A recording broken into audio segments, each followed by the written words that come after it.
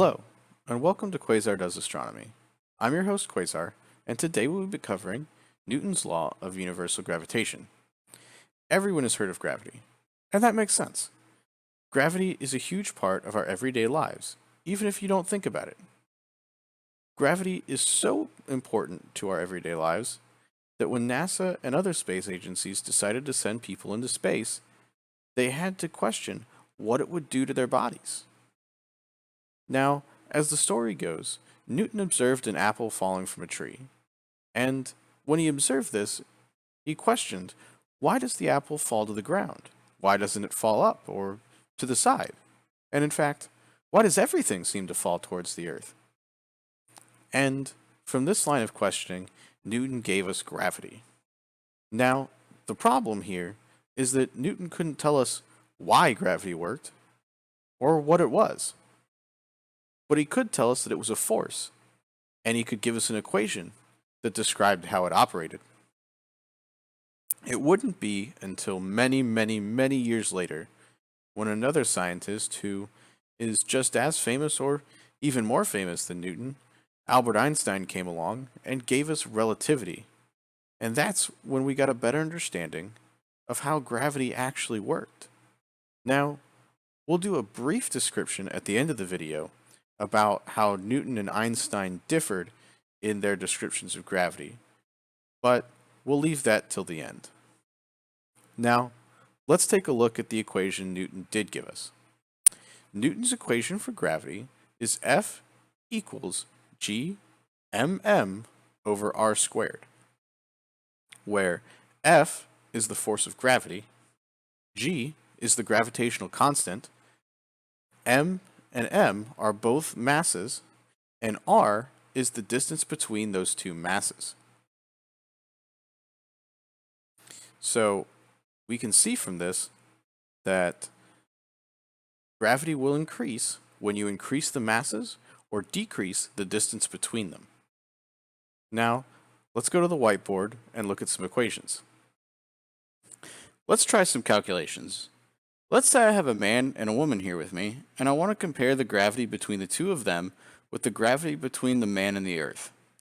The derivation of this is beyond the scope of the video, and I may address it in a later video, but for an object like Earth, we could assume all of its mass is at the very center, represented by this dot. This is also where we'll measure r from. Now, to make the math easier, we'll use another assumption. We will assume that both the man and the woman are perfect spheres, so we can assume all of their masses at their center as well. This is also where we'll measure r for that equation. So our numbers that we're going to use are, for the man, 75 kilograms, and the woman, 65 kilograms. We will also assume the distance between them to be 1 meter, just to make our math a little easier. Now, the radius of Earth is 6.3 times 10 to the 6th meters, and its mass is 5.9 times 10 to the 24th kilograms, as I've noted here on the whiteboard. Now, the gravitational constant G is 6.67 times 10 to the negative 11th. So let's go ahead and calculate the math and determine what the difference is between the two forces. So first, we'll look at the man and the woman. So we'll plug those numbers in, and we'll say F is equal to G times 75 times 65 all over 1 squared. Now, because G is so small, 10 to the negative 11th, we're going to find out that this force is also very small. So F, and we'll put MW for between the man and the woman, is 3.2 times 10. Let's make that a little clearer. 3.2 times 10 to the negative 7th newtons.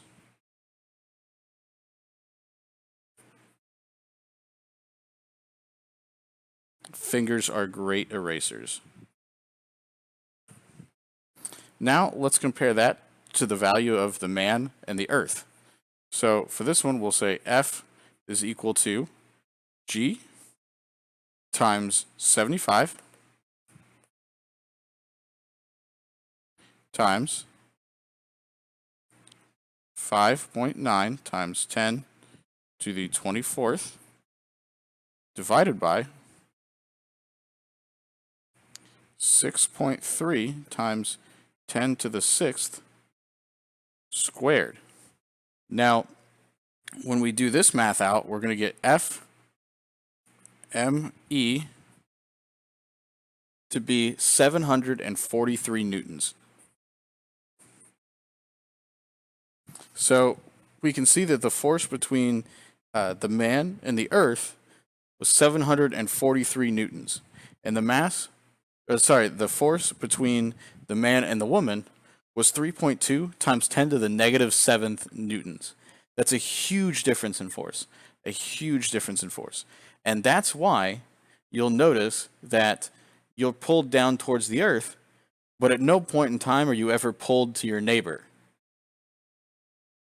So with the Earth being so much more massive, it exerts a much, much greater pull. And another fun little fact we can do here is, based on what we learned from Newton's laws of motion, we can take the second law and determine what the acceleration due to gravity is. And this will tell us the rate at which things will accelerate when they fall towards the Earth. Now, if you'll remember from Newton's second law of motion, we have F equals M times A. And so we can substitute this F in for the force we calculated right here of 743 newtons. So let's take 743 and make that equal to 75 times A. Now when we divide both sides by 75 to get A by itself, we get that A, in this case, is 9.90 meters per second squared. Now, the general accepted value of this number is 9.81 meters per second squared. And we've done a little bit of rounding in this equation in order to make the numbers look nicer. So we're not that far off, which is pretty cool. The last topic we're going to cover tonight is Newton's cannonball thought experiment.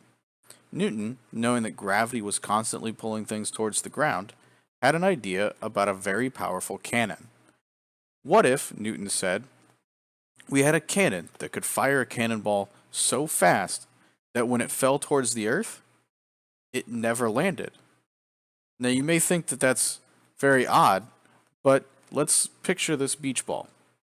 I've gotten so much more use out of this beach ball than I ever thought I would.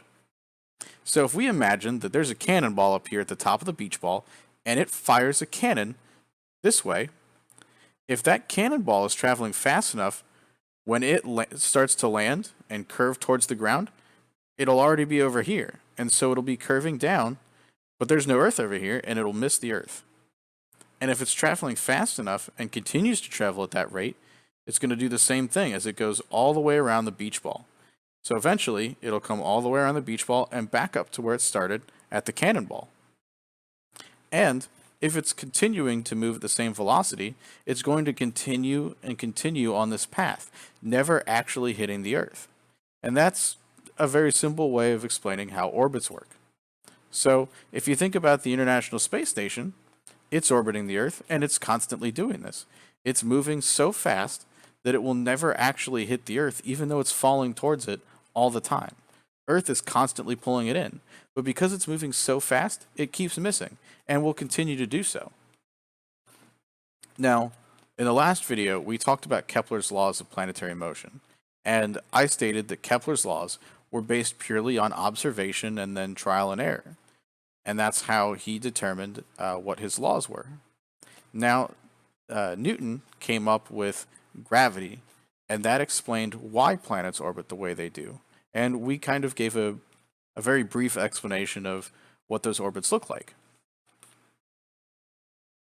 So, in the beginning of this video, I wanted to make a few statements towards the end about Einsteinian gravity and Newtonian gravity.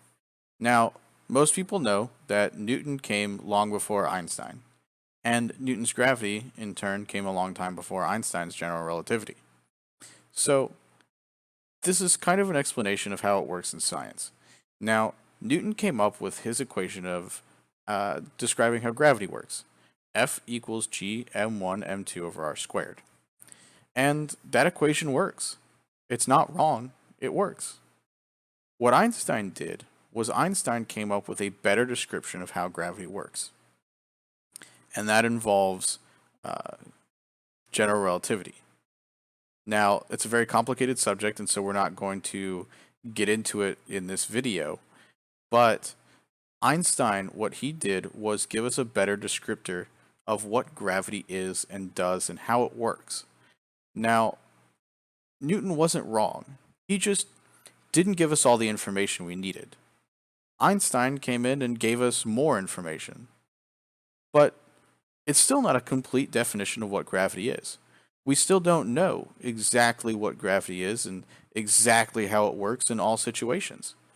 For example, we know what black holes are, but we don't really know what happens inside of a black hole. We don't know how gravity operates on that scale. And general relativity doesn't explain that. So we know that at some point, someone who is very, very smart is going to come along and give us a better explanation than Einstein did about how gravity works. And then we won't say Einstein was wrong. We'll just know that Einstein didn't have all the information. He was missing a few pieces. And then someone came along and helped him out. And that's how science works. We're all helping each other out. Everyone is constantly trying to improve on the knowledge that we have today. And that's how we progress. We take what we knew many, many years ago and we find ways to make it better. We find out more information. We have better tools. We have better equipment. We can do better experiments. So, when you see someone say, Newton was wrong about gravity, and Einstein proved him wrong. Well, Einstein didn't really prove him wrong. He said, well, Newton was right. He just didn't have all the information. He didn't know how it worked. This is one explanation of how it works. So that will wrap up my video today on Newton's gravity. I hope you had as much fun with this subject as I did. And next time we're here, we're going to talk about conservation of momentum. I'm Quasar, and this has been Quasar Does Astronomy. Keep learning.